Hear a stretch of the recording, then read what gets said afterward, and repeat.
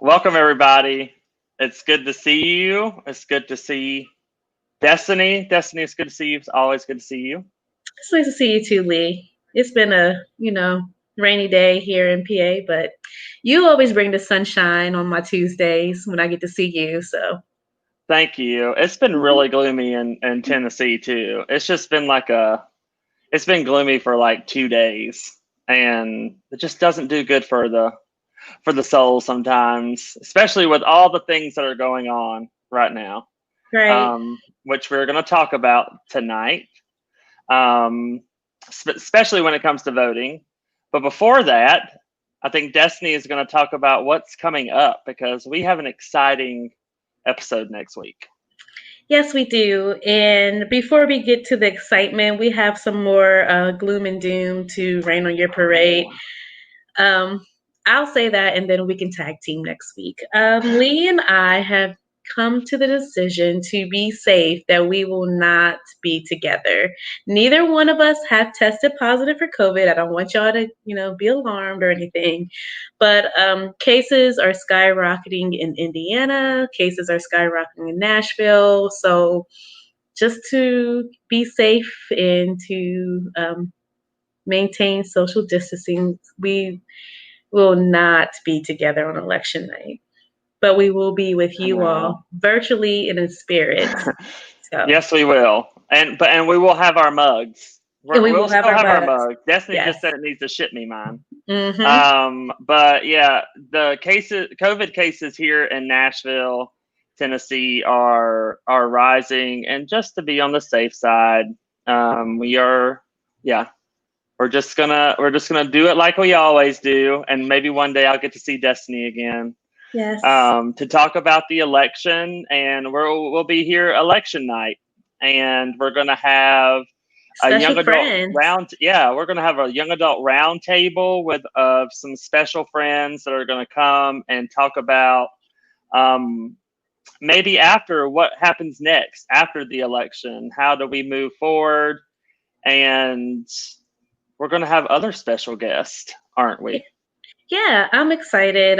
Like you were saying, Lee, the conversation for the young adult roundtable will be a not only conversation of looking forward and ahead to what our future can hold as a country of people of faith, but also we know that there are going to be um, metaphorically losers and winners on election night, depending on what side you're on. And there needs to be reconciliation and wholeness to move forward. So I believe we're going to dive a little deeper into that conversation of what it looks like to reconcile as people of faith in the midst of all of the chaos around the double pandemics of race and COVID-19, but also during heated election time. So I'm excited for the roundtable that's going to happen next week. It will be the young adults who participated in the roundtable during the week of action, and they all have said yes. So it's kind of like we're being reunited with what I like to call the Young Adult Justice League. That's what I call us. That's my name for us, anyways.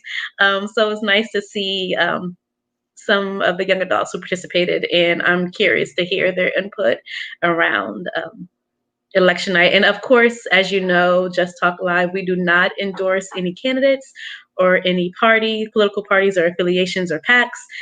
We are just here to lift up moral humanity issues and opinions from a faith perspective. So if the issues lie on a faith perspective and it just so happens to fit, align more with your side or not, that's not on us. That's the issues and the biblical context and the theology. Don't shoot the messenger. That's right. But of course, we ask our participants not to do the same, but we cannot control what they do. But Lee and I, Just Talk Live, we do not endorse any candidates. Right. But we will have candidates from both parties here who are people of faith, just talking about what they would like to see moving forward on election night, and also people from different uh, religious backgrounds, denominations. I'm actually really excited. It's going to be I'm going to call it a virtual ecumenical movement. I'm excited because we're not only going live with Presbyterians, but some other friends from other denominations as well. Yeah, and we're going to have just a couple of examples. We're going to have somebody who was on the Warren campaign. We're going to have someone who actually ran for the Democratic nomination for the U.S. Senate here in Nashville. We might have a couple of authors, some politicians right now to kind of come in during the night and kind of tell us what's going on throughout the evening. We don't really know how long it's going to go, and we really don't know. We probably won't know a winner. That's going to be the weird part. Yeah. So that's something else we will talk about. But before we even get to an election, we have to vote. And that is why we are here this evening to talk about voting and to talk about voting rights and putting that conversation in a faith perspective. And we are very excited to introduce our guest for this evening. And I am going to bring them on as I am doing this technical bit. And welcome Reverend Malcom and Christian Brooks to the show. So hello, friends. How is everyone? Doing well? Hey everyone, doing well, doing well. I'm well. Thank you for asking. Yeah, thank y'all for being here. And yeah, before we begin, we're just going to ask you to introduce yourselves and tell us what you do, where you're at, and all that good stuff. And we'll start with Christian. And before Christian goes, I'm going to throw one more curveball that I want y'all to explain. I see that y'all wearing some shirts that's saying some loud statements. I want you to talk about y'all shirts as well. I'm just throwing that in there. Talk about them shirts. Well, hey everyone. I'm so happy to be on Just Talk again. Christian Brooks, the Associate for Domestic Issues for the Office of Public Witness, the Presbyterian Church Office of Public Witness. So the Office of Public Witness is the Presbyterian Church's Public Policy and Advocacy Office. And what I do is I run the domestic policy portfolio, and I work on anything from voting rights, of course, to education, environmental issues, criminal justice, all of that great stuff. The shirts that I'm wearing support Black women, y'all. I'm a Black woman, so of course I'm gonna wear this shirt. But just gotta lift up my people. And then also just one quick caveat. So I called my internet provider and told them that I was moving and I wouldn't be using them again. So I think that they're making my service go in and out. So if I go in and out or if I freeze, that's why. So, okay. I didn't realize I was on. First, let me say, Christian, when they told me Christian invited me to this and recommended me, I was like, who is Christian? Now I see, goes, hey, sis, what's going on? All right. Now that I got that out of the way, I'm Michael Malcom. I'm the executive director and founder of the People's Justice Council, as well as Alabama Interfaith Power and Light, based in Birmingham, Alabama. However, right now I'm actually sitting in my parents' room. As I'm traveling to Tampa, I decided to spend the night in Atlanta on my way. And so I came here to spend some time with the parents. So my mom might just walk through here in any moment and try to treat as if though I'm still 10 or even 5. We'll see how that goes. But I'm glad to be here. Now, you asked about my shirt, and it says that as a Black person, I'm never going to apologize for my Black thoughts, my Black loyalties, my Black motives, my Black history, my Black pride, or my Black skin. I'm going to stay strong and stay Black. I think that kind of speaks for itself. But just to add a caveat on it and put it in its context, I think that one of the biggest problems with racism is white people's inability to be uncomfortable. And so we find ourselves bending quite often to make others comfortable. And I just refuse to do that. I refuse to take down on my thoughts and my beliefs and my skin, my image, my self-image, my self-importance. I refuse to take down for the sake of others. And so that's what this is making a statement to say. Thank you, Christian and Michael. I'm happy that you all are here, and I'm really ecstatic that y'all wore the shirts that you chose to today, because knowing our history, and maybe we'll dive a little bit deeper into it around voter suppression, it wasn't, we always didn't have the right to vote as Black people or people of color, but particularly Black people, and our vote has always been suppressed even to this day. But y'all not here to hear from me. I'm going to let y'all talk about that more in detail a little later. But to kind of set the stage and opening up, this night we'll go a little light, and then we'll ramp it up. So just the easy question: why is it important for people to vote in this election? Why is it important to get out the vote? I'm supporting Black women, so I'm going to let Rev go first, and then I'll come on back behind her. Now, Rev, please leave me something on that bone. Don't take it all. Okay. Now, first of all, can y'all hear me? Because again, it's been going in and out a lot. Yes? You good? Okay, good. Mm-hmm. So, I mean, it's really important to vote. It's really important to vote in this election for several different reasons, right? First of all, the election is I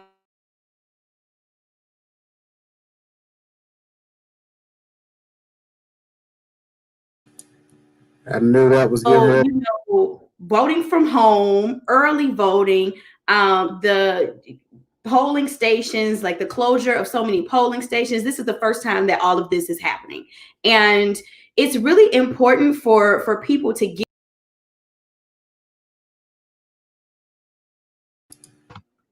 It just kicked her off that time. Yeah, well, that's the beauty of going live. You got to keep the show going. So to you, Rev.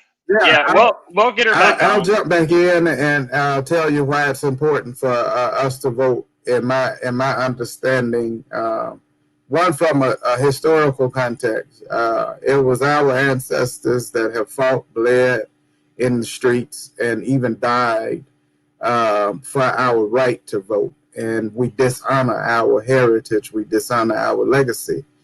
We dishonor the death as well as the life of those who fought for us to have this right to do this. But even more than that, the fact that we had to fight for the right to be ought to propel every person to want to vote, in particular those who are in Black skin, because of the fact that we have been fighting for our right to be seen and be heard. When we're given these opportunities, it's important that we turn up in mass to say that we're going to take advantage of this opportunity. But it also sets us up, which we have seen, it sets us up for some specific conversations after this election to say, if you want any of my other votes, then you're going to have to do this, that, and the third for any of my other votes. Unfortunately, I have to agree with those who have said that our votes have come too easy.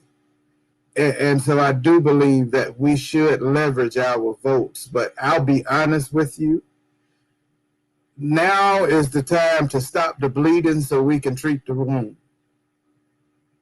Now is the time for us to stop the bleeding so that we can treat the wound. And it's going to take all of us to stop the bleeding. We all know that there's something inherently wrong in our society right now. And it will take every one of us being actively involved in this voting process. And the truth be told, it doesn't matter who you vote for. I'm not here to pick a candidate for anybody. And I don't think that you all would even want me to say that I'm voting for Biden when I did the other day. But I'm just saying, I don't think you all would want me to say that on this show. So I'm not going to say that I voted for Biden last Saturday. I'm not going to say that. Instead, I'm going to say that it doesn't matter who you vote for as long as you get involved in the voting process, because it's important now more so than anything that they understand we are looking. We are looking, and that's on both sides.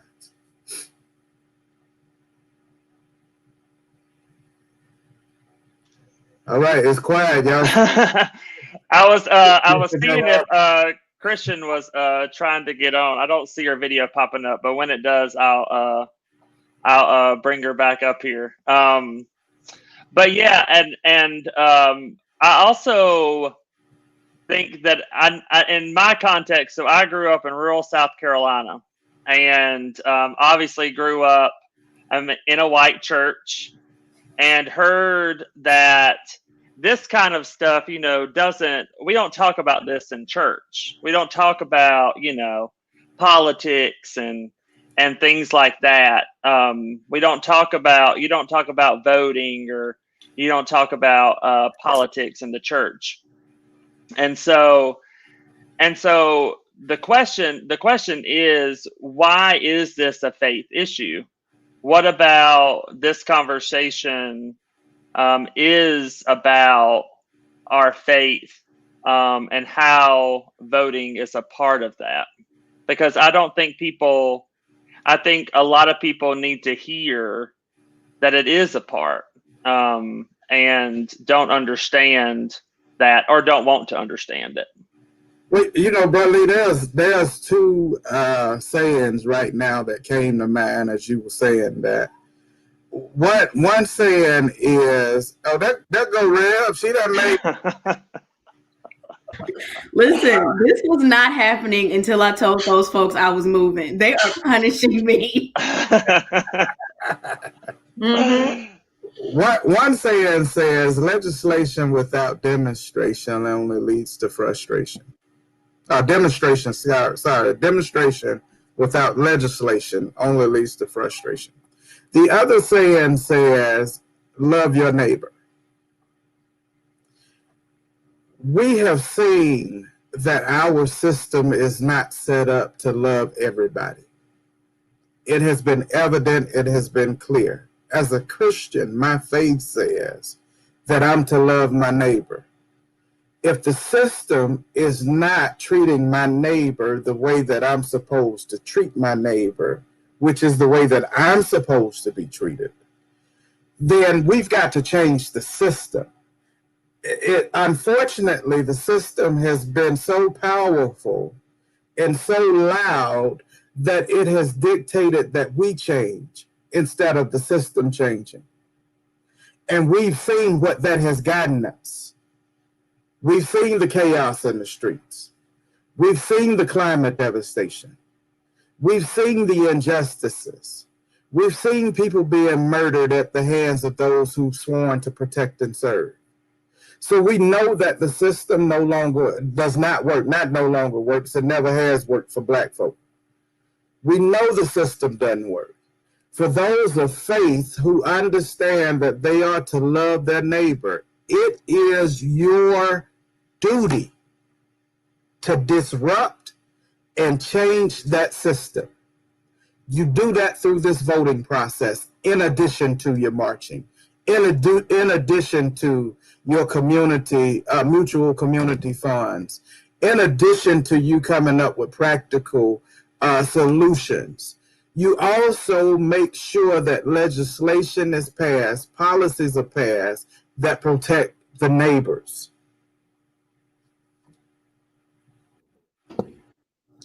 I'm really glad that you brought up that point, Reverend Malcolm. And just to piggyback off of what you're saying, and this is something that Lee and I have talked about before, but this idea that, as people of faith, it is our job to be in the world, but not of the world. Or it is our job to be the light and the salt of the world, but we're not engaging in things of the world. You know what?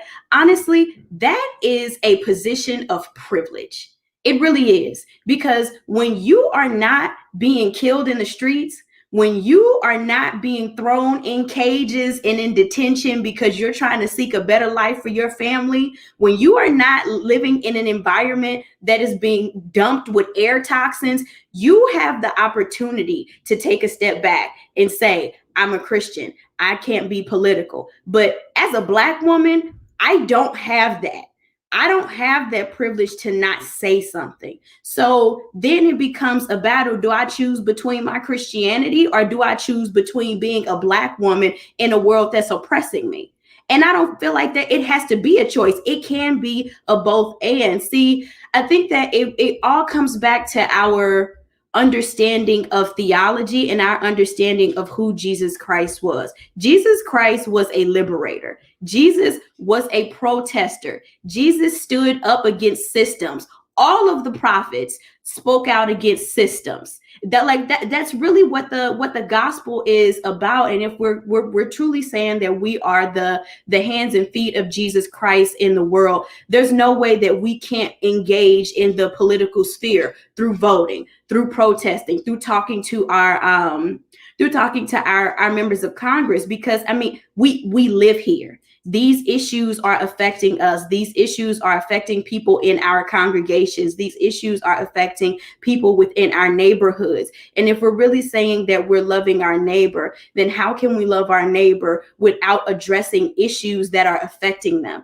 And I don't mean just addressing those issues through charity, right? Though charity is important, but also getting to the root causes of issues is important too. Getting to the root causes of homelessness, the root causes of education injustice, the root causes of environmental injustice. Like, we have to address those things too. We can no longer be the Christians to pray it away. You know, a lot of people have been trying to pray a lot of stuff away that ain't gone away. So we're gonna have to do something different. Reb, I'd like to pick up on that a little bit and just see if we can't look at it in its historical context as well. Historically, there was a time when the church was very involved in what happens in the communities day to day. That's how we came up with the New Deal. It was the church that pushed social reform for everybody. It was also at that time that corporations got with manufacturers, and manufacturers and corporations got with religious institutions. And they came up with this whole rugged individualism, and that we needed to mix church and state, separate church and state, and that when it came down to spirituality, it didn't mix up with the secular. But that, in all actuality, is not what we've been taught in Scripture. But it's also not what we've been taught as our African tradition. We're very communal. And not just as our African tradition, not just as in our Christian scriptures, but also in science. We are social. We are communal. We are social creatures. And when we forget that, then we get what we have now. We are out of order. Walter Brueggemann talks about in his writings us going from orientation to disorientation to reorientation. I think we're at a point now where we're in disorientation. And for us who believe, us who are faith leaders, us who are part of communities of faith, in particular, if you are a Christian, it is our duty, our call, Judeo-Christians. Our call is to reorient when we get out of orientation. A part of that process is our voting. There's just no way you can get around that. And when you vote, you make decisions for the collective whole, not the individual. I'll be honest with you all, I am so irritated with hearing people talk about tax plans that benefit them. What about those that aren't benefited? Why are we ignoring, when we've got in the middle of a spike of a pandemic, that we still to this day don't really understand? Why are people being threatened with utility shutoffs? Why are they being evicted from their homes? I mean, why are people speeding to try to open up society, open back up the economy, when surely some of the people that you're trying to march out of those doors, will die. That's premeditated murder. And we as the church, as the moral agents that have been called to be in that space, should be saying something right now. And I'm baffled that we aren't. Yeah, you know what? I'm really glad that you used the word moral agents, because that's really what the church should be. You know, they're like red church, blue church, purple. That's not a thing. That's not a thing. We are the moral agents. We are supposed to be the moral agents of society. When these businesses, like you said, are trying to open, and they are actively trying to pass legislation that if someone dies of COVID, if someone gets sick from COVID, the organization or the corporation is not responsible, even though they have not put in the proper precautions that the CDC has called for. That's not right. That's a problem. Water shutoffs in the midst of a pandemic, where the way that you fight against it is to simply wash your hands. Or if you get corona, one of the ways that you get better is to stay hydrated, and we're shutting off people water. That's not okay. That is actually counterproductive to the health of the entire country. That's first of all. But like second of all, that's not okay. So, I'm so glad that you use the word moral agents, because that's how we have to look at it when we are engaging in the political sphere, not aligning with one party or another, one politician or another. We are the moral agents. Sometimes we may be over here, sometimes we may be over here, but either way it goes, we are acting upon the word of God. We are the hands and feet of Jesus Christ in this world. And our job is to protect our neighbor, to speak up for our neighbor, to set at liberty those who are oppressed, and proclaim the year of the Lord's favor. That's what we're supposed to do. And part of that is engaging in the election. We got to vote, because it's the people who we put in office who are making these decisions, who are writing these policies, be it at the local level, the state level, or the federal level, the people we're voting for. So we have to make sure that we're putting people in office who are going to act in the best interest of the people, our neighbors, those whom we have been commanded, not commanded, to love.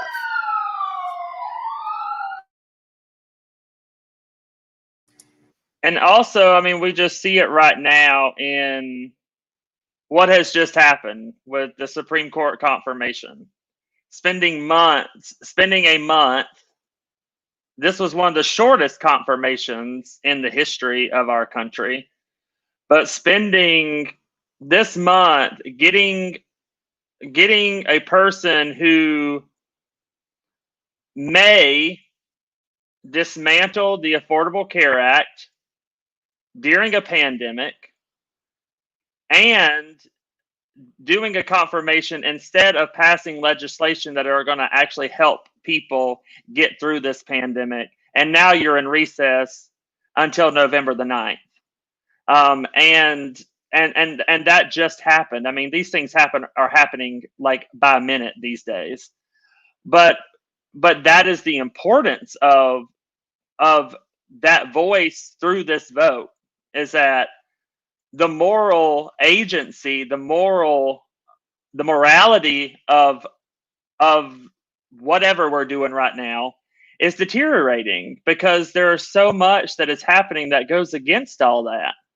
And we're seeing it right now with a new Supreme Court justice who is not in favor of queer marriage, who has talked down about the Affordable Care Act, about women's rights, and people are terrified now. And so I wonder, what do we say to people who are so just hurt and scared and fearful and tired right now? because people are tired. And so I wonder, what do we say?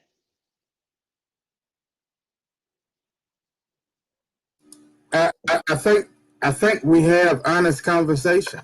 I think part of our issue and part of the reason why we find ourselves in the place that we are in now is because we don't want to hurt anybody's feelings, and we don't want to have this honest conversation. The fact of the matter is, we should have been having honest conversation around this coronavirus. We should be having honest conversation within the walls of our institutions, our churches. You know, for lack of a better way of saying it, it's just time for us to put our big person undies on and really have some conversation and let people know what's really happening. We are in trouble. We are in trouble because we have a pandemic, and the reality is, again, I ain't telling you who to vote for. I voted for Biden, but I ain't telling you that's who you need to vote for. I just did that Saturday, but I ain't telling you that's what you need to do. But the current administration that we're under has ignored this pandemic and is still ignoring and downplaying this pandemic. So we know the reality is it won't get any better. We know that right now in the Supreme Court, there's a fight for the Affordable Care Act. One of the mandates under this Affordable Care Act is that people with pre-existing conditions are protected. We also know that over 8 million people as of March have tested positive for the coronavirus and have gotten the coronavirus. So that's a pre-existing condition. We know that our Supreme Court and our federal court system has had over 100 vacancies. None of them have been filled by people of color. Let's have some honest conversation. We know that you going back in your church right now isn't in the best best interest of public health for everybody. Let's have some honest conversation. I think that's the one thing that I would tell them. First, let's be honest. Let's have some honest conversation. The second thing I would tell them is, still in the midst of it all, look for hope. There's still hope in the midst of it all. And I'm so grateful that with all this gray hair on my face, you all decided to bring me on and let me talk to these young folk, because that is what gives me hope. That's what energizes me. Being able to look out and see that people are waiting 3 and 4 hours in line to vote, and when you look, you see most of those people are young folk. Them young folks say, hell no, we won't go no more. And we're going to vote to make sure it happens. And I'm saying go right ahead. I just did mine Saturday.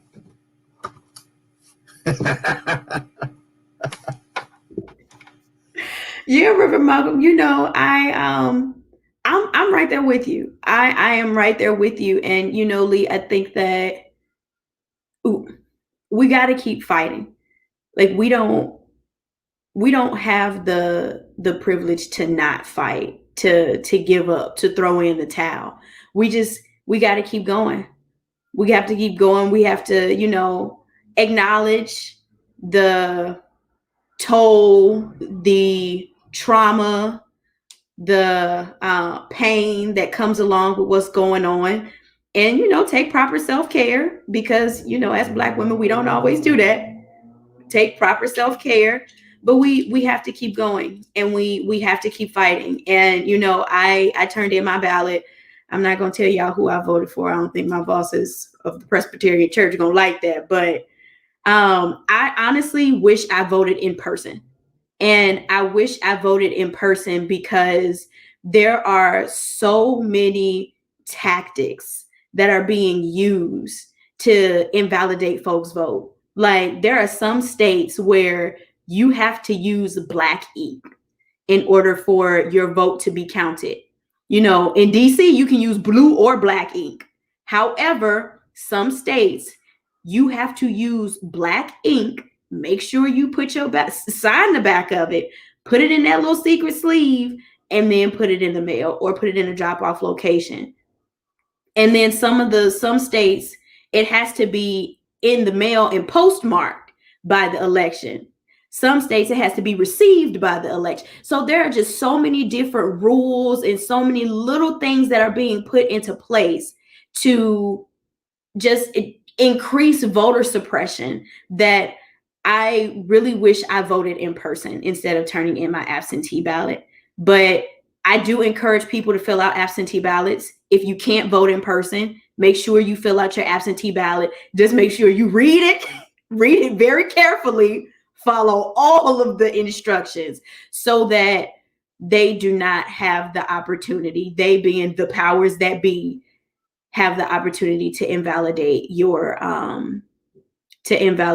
ballot. But also, you know, just kind of piggybacking off of what Reverend Malcom said, as a part of the honest conversations, we have to stop protecting the fragility that's going on everywhere. And we got to call it out. And fragility, by fragility, I mean white fragility. We got to call this stuff out, because the structures of systemic racism, structures of oppression, capitalism, the things that have been going on right now were built on white supremacy, right? Built on white supremacy and patriarchy. And so often when we get in spaces to call people out, right? Because some of these politicians who are making these terrible decisions, y'all voted for them.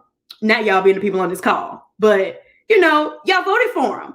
And they were saying crazy stuff when you voted for them, but you still voted for them. So like, that needs to be called out. That needs to be called out, and that needs to be called to the carpet, because far too often, you know, we try to protect the I don't know, white ego, so to speak, and don't say what really needs to be said when we see issues happening. And further down the line, when things start to bite the majority race, so to speak, in the butt, then it becomes a problem. But it's just like, no, this was always a problem. So, you know, for example, the war on drugs, great example. You know, people should have been getting treatment a long time ago. However, when it was Black people dying of crack overdoses and things of that sort, they were being thrown in jail. They were not getting treatment. But now all of a sudden, when it comes to the opioid epidemic, now we want to talk about treatment. Now we want to talk about harsh sentencing policy. This is stuff that should have been talked about a long time ago. This is stuff that should have been called out a long time ago. And in some ways it was. So, you know, as we are continuing in this quote unquote new normal, you know, we have to have honest conversations. And in those honest conversations, we have to call out the fragility and the supremacy that has been going on that allowed the nation to be in the state that it's in the first place. Paul's writing to the Ephesians. He says, "For our struggle is not against flesh and blood, but against the rulers, against the authorities, against the powers of the dark world, and against the spiritual forces of evil in heavenly realms." Paul was talking systems. And that's what we have to understand. Again, it's not about individualism. It's about the collective whole. Now, I've gone to school, I've gotten some education, and so for myself, my resume looks good. I mean, and I don't say that in a bragging manner. I've messed up a whole lot more than I've gotten right, trust me. But because my resume looks good, I'm not as limited as some others, right? And I can't even necessarily say I sit in a lower class or a lower tax bracket in this moment in my life. And so that affords some privilege, right? But I can't say that I'm free, because we aren't all free. Until we are all free, no one is free. And if we don't change our mentality to see it that way, we'll continue to find ourselves in this same position. But as we have seen, it gets darker and darker and deeper each time we visit this place. It wasn't enough when Eric Garner died. We had to get to George Floyd for it to get to the way that it got. Now we've seen Breonna Taylor, and there was some outrage with Breonna Taylor. But before Breonna Taylor, there was someone else. Each time we find ourselves in this place, it gets darker and it gets deeper. And then what trips me out, which Rev just had alluded to earlier, is that when we find ourselves in these places and there's this uprising and people are like, oh, I didn't know this was going on. Well, it's been going on the whole time. Where were you? It never stopped. And I have to say where they were was in a place of security because they were personally, individually secure. But until we are all free, none of us are free. Because it happened to George Floyd, it happened to Eric Garner, doesn't mean it won't happen to me. And as you've seen here lately with these uprisings, it ain't a whole lot of black folk that's dying in these streets because of white people.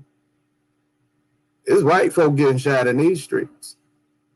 And there's a lot of white on white violence that's happening in these protests.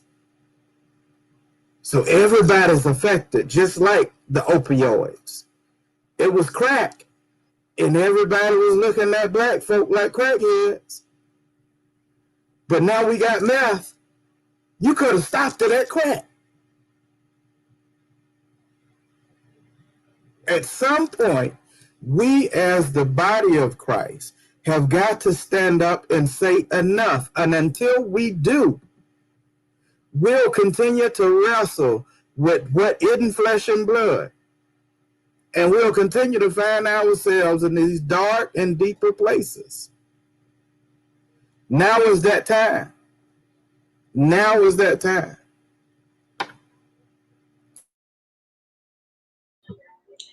I just want to take some time to talk about, like you said, Reverend Michael, about the entire collective and the whole, and what you two are doing with your jobs or organizations to uplift the whole during this time, and how people can either A, be part of that movement, or benefit from it, or engage it in some sort of way.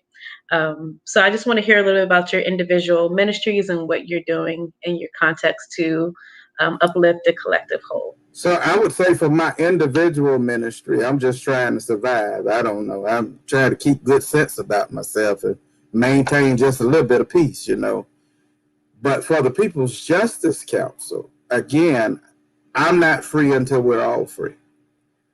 Collectively, we're looking at energy burdens throughout the South. And we've started up a movement called Energizing the South for Energy Justice, where we're not only looking at the practical pieces of energizing the South, in that we want to be able to do weatherization on vulnerable communities' homes to help, one, with their energy bills, but it also helps heal the planet because it's less emissions. And we're trying to do that through communities of faith and look at and really teaching them to look at this as a ministry. But we're also trying to inform policy at the same time. We don't do anything practical without some policy implementation or implication. And so what we want to do with policy is we want to be extremely hyperlocal in directing attention to the Public Service Commission and Public Utility Commissions.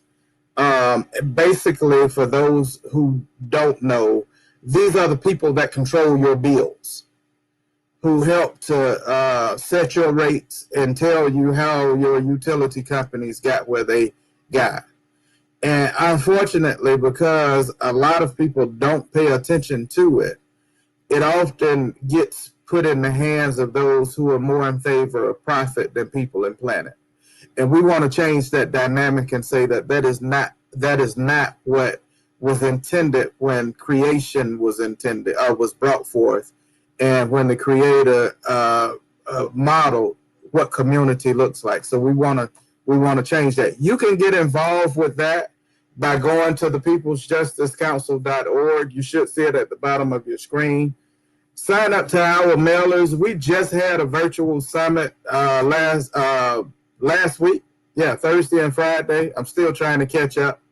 Had over 104 individuals and organizations from throughout the South, with a heavy presence of faith leaders and faith communities. So we have real good movement, real good momentum and energy behind this. We'd love for you to be a part of our planning committee as we continue to take this throughout the South.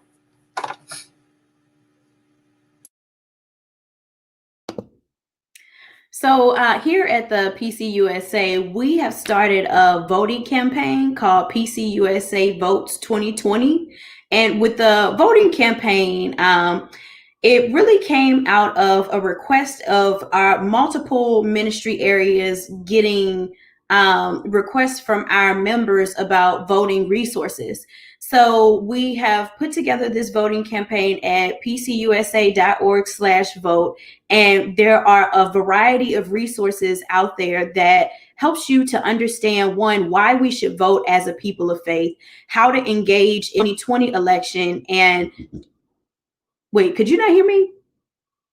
You could. Okay, cool. How to engage in the 2020 election. And also, you know, a lot of these resources are timeless, so to speak. So they're not just here for the 2020 election, but you can also use them for any local elections that you have coming up, or the next election in the next 4 years. But it's really important to engage in these, engage with these voting resources, because again, they kind of help us to understand why it's important as a people of faith to vote, how we can engage in voting, such as, you know, having candidates come and speak to the church, what we can and cannot do as a 501c3. There is a lot of information on there about voting rights and voter suppression, a couple webinars that you can get involved in. So again, it's at pcusa.org/vote. It's at the bottom of the screen. It's also translated into Spanish and Korean. But also what we're doing at the Office of Public Witness is we're really trying to start looking at our policy advocacy through a racial equity lens, because what we started to see is that federal policy is not written in a racially equitable way, right? It's written in a way where some of these policies will benefit people of color, particularly Black, Indigenous, and other people of color. However, it's not written in a way that is going to give each specific group the resources that they need in order to have equal outcomes, right? We all have different paths. We all have different histories. And when we're writing policy, that has to be taken into consideration. Like, if we're really trying to say that we're helping folks, those different factors that have put us in the positions that we're in have to be taken into consideration when moving forward, right? So for example, if we are putting in place a policing bill, so, you know, the Justice and Policing Act. So it was a decent enough bill for police reform. However, it didn't take into consideration a lot of different issues. So, you know, there was one element of the bill that talked about having more, having a community liaison. However, it didn't really talk about how you are going to, is the number of community liaisons within a police department going to be going to match up with the number of complaints that department has received, right? But then we also know that when it comes to neighborhoods of color, specifically Black neighborhoods tend to be underfunded. So the biggest way to keep resources away from a neighborhood or to break down a neighborhood is to take away the funding, and that causes a bottleneck in so many of the systems, in the mental health system, in like social work, things of that sort. So, making sure that it's adequately staffed and adequately funded, and things like that weren't in there, but also, taking into consideration the historical trauma of the neighborhood, things of that sort. Those things, as we're doing policy, those things absolutely have to be taken into consideration if we're saying we want equitable outcomes, right? You can't, if I have $2 and Lee, you have $5 and we each get $5, I'm still $3 short. I would like to have just as much money as you, Lee. I'm just saying. I'm just saying. So we have to make sure that we're doing that. We have this the movement, right? The Black Lives Matter movement, and a lot of organizations are trying to bandwagon on this movement, and it's coming off like very, very trendy. However, if this is something that we say we want to do for all of these different organizations, then we have to make sure that we're actually doing the work, and the work is making sure things are racially equitable, both within the organization, within the things that we're advocating for, such as policies, resources, and things of that sort. And that's really something that we're wrapping up in the Office of Public Witness, as well as the voting campaign. Awesome. Well, we have about 10 minutes left, and we always like to offer time for last minute comments, words of maybe inspiration for people. I don't know who's on the fence these days. They talk about on CNN and stuff like these undecided voters. I don't have a clue who these people are. But if you are undecided, or if you are, you sitting in your house thinking about who to vote for or whether or not you should vote, I wonder if that could be also a last comment to inspire people to vote, and why it's important. I'm gonna let my sister go and handle that a little bit, and if I have to, I'll come back behind her. Yeah, I'm not really sure who's undecided either, but hey, it is what it is. But I will say that for those people who are decided, however, are losing hope, neither candidate is perfect. And come January, we still have an uphill battle. So now is the time to start planning. Now is the time to start putting in a plan of action of how we're going to tackle these issues, because, one might be better than the other, but the lesser of two evils is still evil. So, we still have to put in plans and precautions in place to how we are going to keep moving forward in advocating for the issues that we're advocating for, and keep moving forward in the direction to seek change. And I think that is really important to understand, because I've heard a lot of people talking about whether one candidate or the other as like, okay, well, all of our troubles are gone. No, they're not. They're absolutely not. We still have a lot of work to do, no matter who gets in office. Now, with one may be not as much of a battle as the other one. However, we still have a lot of work to do come January of 2021. And also, we are not going to get the election results on election night like we're used to. So, that's something that we have to prepare ourselves for. There are so many absentee ballots that need to be counted, all of that. So, there might be a lot of apprehension, a lot of anxiety that come along with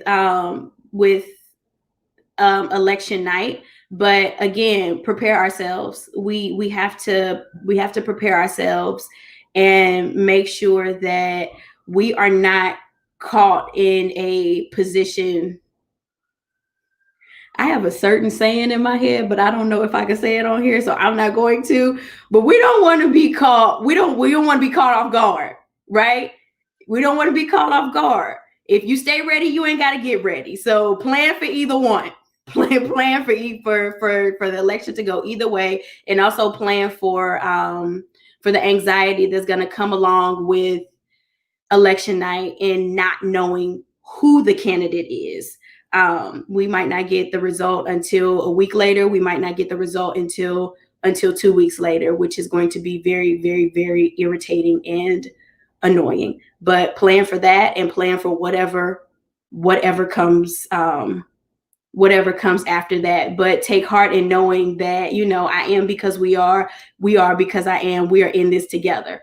We should be. We are in this together. You are not alone. You are not alone in your anxieties. You are not alone in your fear, but you are also not alone in the fight. So know that we are all in this together, and we are all fighting with you. I knew Rev would close us out, and the only thing I really need to do is just say, may we all stand so we can do the dismissal prayer and get on out of here. But perhaps I need to take up an offering prior to that, Rev. Perhaps we need to do that. No, listen. Here's what I have to say. Vote. But not only vote, protect the vote. But not only protect the vote, move the voter. Move the voted. And vote. Let's make sure we get out here, we do our part to vote. But also be willing to protect the vote. Help others in making those decisions when it comes down to those mail-in ballots. What would it look like for a ministry to come together and start doing some community education around mail-in voting to ensure that those citizens and those community members that you serve also can put in the vote? What about having some of your, usher boards, y'all watch the doors and put people in the seats? Why not sign up for poll working? So you can be a poll worker. That's working in your calling. And that's also getting you actively involved. So vote, protect the vote, but also be willing or be ready to move the voted. Whomever gets in office, whether it be Biden, whomever gets in office, we want to make sure that we are there to move them. The reality is, when I listen, I'm an environmental activist or advocate, and the fact of the matter is we got one who just doesn't have a plan whatsoever. The other one has a plan, but his plan isn't without its flaws. We've got to be ready on day one of the first 100 days with a plan in place and ready to move that so that we can get his plan to be more equitable and more just. So it protects everybody. So vote, protect the vote, and be willing to move the voted. Thank you. And I'm just jumping in again real quick, and I'm really glad that Reverend Malcom said information. Listen, one of the most effective ways to oppress a community is to keep information away. Share the information. Do not take for granted information infrastructures. Listen, low-income communities of color do not have the same infrastructure that white communities have, and more moderate or higher income communities. They don't. So, the idea that, the information about voting, it's being sent through the mail. There are people who live in neighborhoods, in cities, also rural America, where the mail person does not come every day. Maybe comes twice a week, if 3 times a week, if you're lucky. So information, just sharing information via word of mouth, via who you know, is so important. So spread the word, get it out there. If you know someone who has to vote via absentee ballot, help them to fill out the ballot. There are people who were going in person because there were language services that were in person. You know, there are some people who can't read well. Help them. Help people fill out their ballot. Do what you can to make sure that everyone is able to cast a ballot. Everyone is able to cast their ballot, regardless of race, regardless of gender, regardless of orientation, regardless of gender non-conforming, whatever may have you. Everyone is able to cast a ballot in this election. Well, thank y'all so much. This has been great, and I hope people do watch this and get inspired. Yeah, and so whoever's watching this, I don't know who you are, but get out and vote if you hadn't.